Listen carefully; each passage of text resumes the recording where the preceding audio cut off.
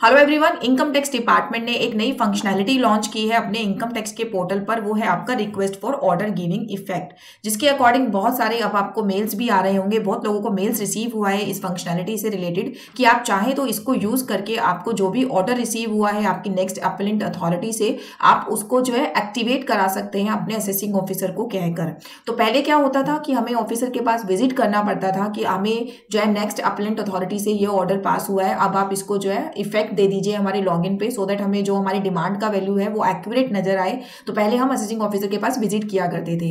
अब ये फंक्शनैलिटी जो है इनकम टैक्स के पोर्टल पे डाल दी गई है कि आपको जो भी ऑर्डर रिसीव हुआ है वो आपको ऑर्डर की कॉपी वहां पे अपलोड करनी है और असेसिंग ऑफिसर उस ऑर्डर की कॉपी पे एक्शन लेते हुए आपकी जो भी डिमांड की वैल्यू है या फिर अगर आपका रिफंड बनता है तो उसके ऊपर एक्शन लेकर आपका जो इनकम टैक्स का लॉगिन है उसको अपडेट कर देगा।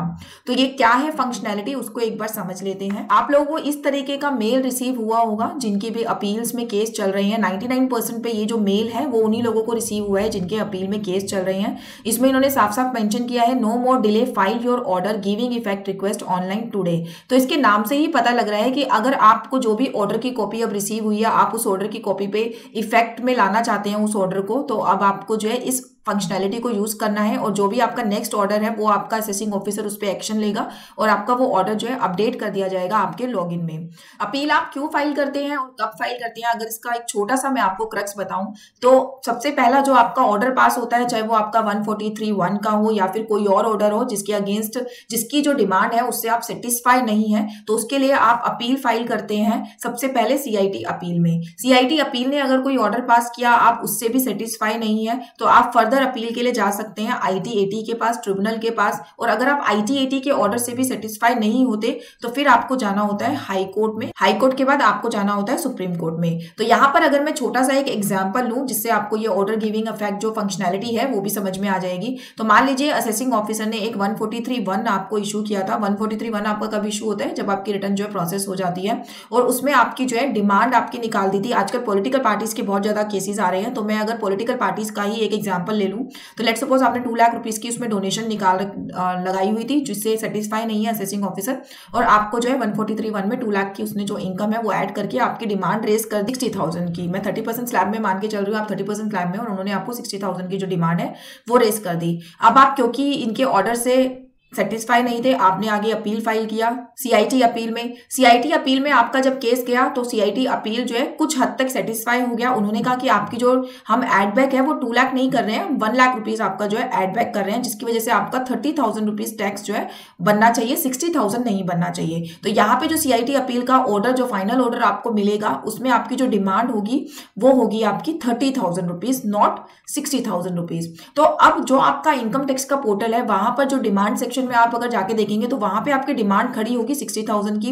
अब क्योंकि ऑर्डर में वो रिवाइज डिमांड 30,000 रुपीज की आ गई है, तो आपको अप्रोच करना होगा असेसिंग ऑफिसर के पास कि आपका जो ऑर्डर है सीआईटी का उसको इफेक्ट दिया जाए और आपकी डिमांड को ऑनलाइन जो रिफ्लेक्ट हो रही है उसको अमेंड कर दिया जाए। तो पहले ये प्रोसेस था कि आपको ऑफलाइन जाना होता था, आपको बहुत सारे आउट ऑफ पॉकेट एक्सपेंस भी होते थे, वहां तक जाना आना और भी बहुत सारे एक्सपेंस होते थे। जो लोग ये काम कर चुके हैं उनको बहुत अच्छे से पता होगा। बट अब डिपार्टमेंट ने इस फंक्शनैलिटी को ऑनलाइन डाल दिया है, वहां पर आपको ऑप्शन दिया गया है ऑर्डर गिविंग इफेक्ट का। अभी मैं बताऊंगी कि कैसे आपको उसको जो है डालना है। तो आपको उस पर क्लिक करके आपकी जो भी ऑर्डर की कॉपी है उसको अपलोड करके असेसिंग ऑफिसर को वो आपकी ऑर्डर की कॉपी मिल जाएगी और फिर आपकी जो डिमांड है वहां से रिड्यूस कर दी जाएगी। और अगर आपका रिफंड बनता है तो रिफंड का अमाउंट वहां पे डाल दिया जाएगा, या फिर हो सकता है नो डिमांड नो रिफंड, आपकी पूरी ही डिमांड यहाँ से एडजस्ट कर दी जाए तो पूरी डिमांड जो है वहां से हटा दी जाएगी।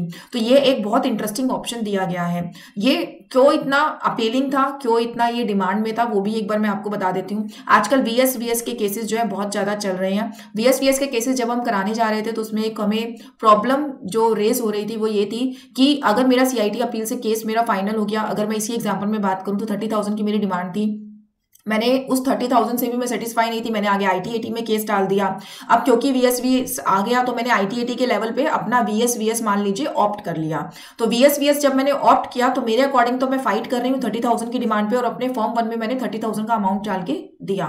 लेकिन असेसिंग ऑफिसर जिसके पास अभी तक इसकी चीज की कोई अपडेट नहीं है या फिर उसने इसको इफेक्ट में नहीं लाए हैं वो अभी तक, तो उसके पास जो अभी तक डिमांड खड़ी है वो 60,000 की खड़ी है, जिसकी वजह से मेरे फॉर्म 1 की जो डिमांड बनती है वो 30,000 रुपीज बनती बनती है, लेकिन असेसिंग ऑफिसर मेरे से फॉर्म 2 में डाल के 60,000 रुपीज डिमांड कर रहा है। और जब इस बात पे आप कन्वर्सेशन करते हैं अपने CIT के PR से, तो वो आपको बोलता है कि आपका जो ऑर्डर है आप अमेंड करके लेके आइए, रेक्टिफाई करके लेके आइए, क्योंकि हमारे अकॉर्डिंग आपकी 60,000 की डिमांड है।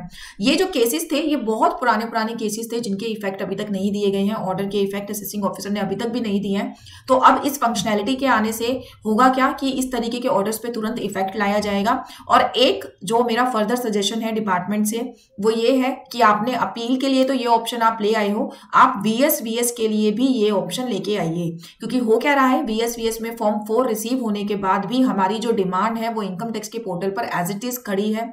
उसमें कोई भी मतलब डिमांड को हटाया नहीं जा रहा है कि हमने VS में केस सेटल करा लिया है तो अब ये डिमांड हटा दी जाए। हमें असेसिंग ऑफिसर के पास विजिट करना पड़ रहा है, हमारे बहुत सारे आउट ऑफ पॉकेट एक्सपेंस वहां लग रहे हैं, तब जाके वो डिमांड हमें रिमूव करने का ऑप्शन मिल रहा है।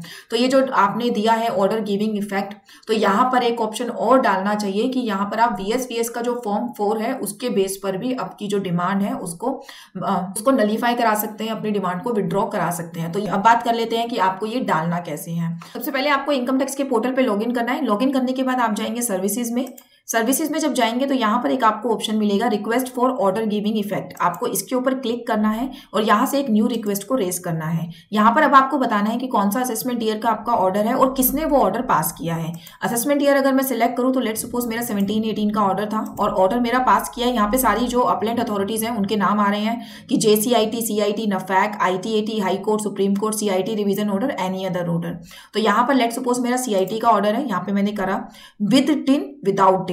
तो यहाँ पर अगर आपके ऑर्डर की कॉपी पे यूजुअली डिन नंबर आपका होता है तो यहाँ पे आप विद डिन डाल के यहाँ पे अपना डिन नंबर आपको मेंशन करना है। अगर आपका ऑर्डर जैसे नफैक का ऑर्डर है तो वो आपका यहाँ पर ऑलरेडी डिन नंबर आपको मेंशन मिल जाएगा, क्योंकि वो आपको डिमांड यहाँ पर मिल जाती है पेंडिंग एक्शंस में जाकर। अदरवाइज ऐसा भी हो सकता है कि आपको यहाँ पर ना मिले अपना ऑर्डर, जो भी आपके ऑर्डर का नंबर है वो, तो उसके लिए आपको विदाउट डिन में जाना है और यहाँ पे आपको अपना ऑर्डर नंबर और डिन नंबर मेंशन करना है और डेट ऑफ ऑर्डर अपना चूज कर लेना है। Then continue. इन्फॉर्मेशन के जानने के बाद आपने कंटिन्यू किया। अब यहाँ पे ये रीजन डालेंगे आप कि आप ये ऑर्डर का जो इफेक्ट है ये किस बेस पर आपका ऑर्डर पास हुआ है। यहाँ से आपको ऑर्डर की कॉपी को अटैच करना है या फिर आप कोई और सपोर्टिंग डॉक्यूमेंट्स यहाँ पे अटैच करना चाहते हैं तो वो आप कर सकते हैं और यहाँ से आपको जो है सबमिट कर देना है। तो इस तरीके से आप अपना जो भी आपको ऑर्डर नेक्स्ट अपलेंट अथॉरिटीज से आपको मिला है तो वहां से जो भी ऑर्डर मिला है उसको आप इफेक्ट में ला सकते हैं इस फंक्शनैलिटी को यूज करके। तो ये बहुत ही ज्यादा इंटरेस्टिंग अब फंक्शनैलिटी है, बहुत ज्यादा टाइम से अवेटिंग थी। अब हमें बार बार असेसिंग ऑफिसर के पास जाना नहीं पड़ेगा, वहां के चक्कर नहीं लगाने पड़ेंगे और हम इस काम को इजीली कर पाएंगे। तो इसी तरीके की वीडियोस के लिए टास्क स्मूथ को लाइक और सब्सक्राइब कर दीजिए। Thank you so much for watching this video. Bye bye, take care.